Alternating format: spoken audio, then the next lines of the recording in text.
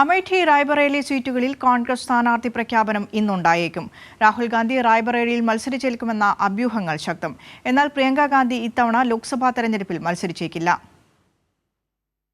അമേഠിയിലും റായ്ബറേലിയിലും നാമനിർദ്ദേശ പത്രിക സമർപ്പിക്കാനുള്ള അവസാന തീയതി നാളെ അവസാനിക്കാനിരിക്കെ കോൺഗ്രസ് സ്ഥാനാർത്ഥി പ്രഖ്യാപനം ഇന്നുണ്ടായേക്കും.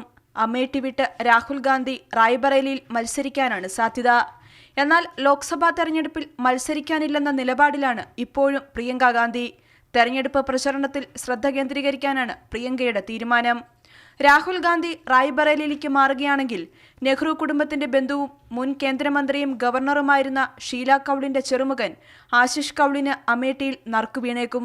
കഴിഞ്ഞ ദിവസം ചേർന്ന കോൺഗ്രസ് തെരഞ്ഞെടുപ്പ് സമിതി യോഗം അമേഠി റായ്ബറേലി സീറ്റുകളിലെ സ്ഥാനാർത്ഥി പ്രഖ്യാപനം മല്ലികാർജുൻ ഖാർഗെയ്ക്ക് വിട്ടിരുന്നു. മെയ് 20-ന് 5ാം ഘട്ടത്തിലാണ് റായ്ബറേലിയിലും അമേഠിയിലും വോട്ടെടുപ്പ്. അതേസമയം അമേഠിയിലും റായ്ബറേലിയിലും കോൺഗ്രസിന്റെ സ്ഥാനാർത്ഥി പ്രഖ്യാപനത്തെ പരിഹസിച്ച BJPക്ക് ഇതുവരെ റായ്ബറേലിയിൽ സ്ഥാനാർത്ഥിയെ പ്രഖ്യാപിക്കാൻ കഴിഞ്ഞിട്ടില്ല. റായ്ബറേലിക്ക് പുറമെ കൈസർഗഞ്ചിലും BJP ആശയക്കുഴപ്പത്തിലാണ്. സിറ്റിംഗ് MP ബ്രിജ്ഭൂഷണെ മാറ്റാനുള്ള നീക്കം BJP നടത്തുന്നുണ്ടെന്നാണ് വിവരം. കൈരളി ന്യൂസ്, ദില്ലി.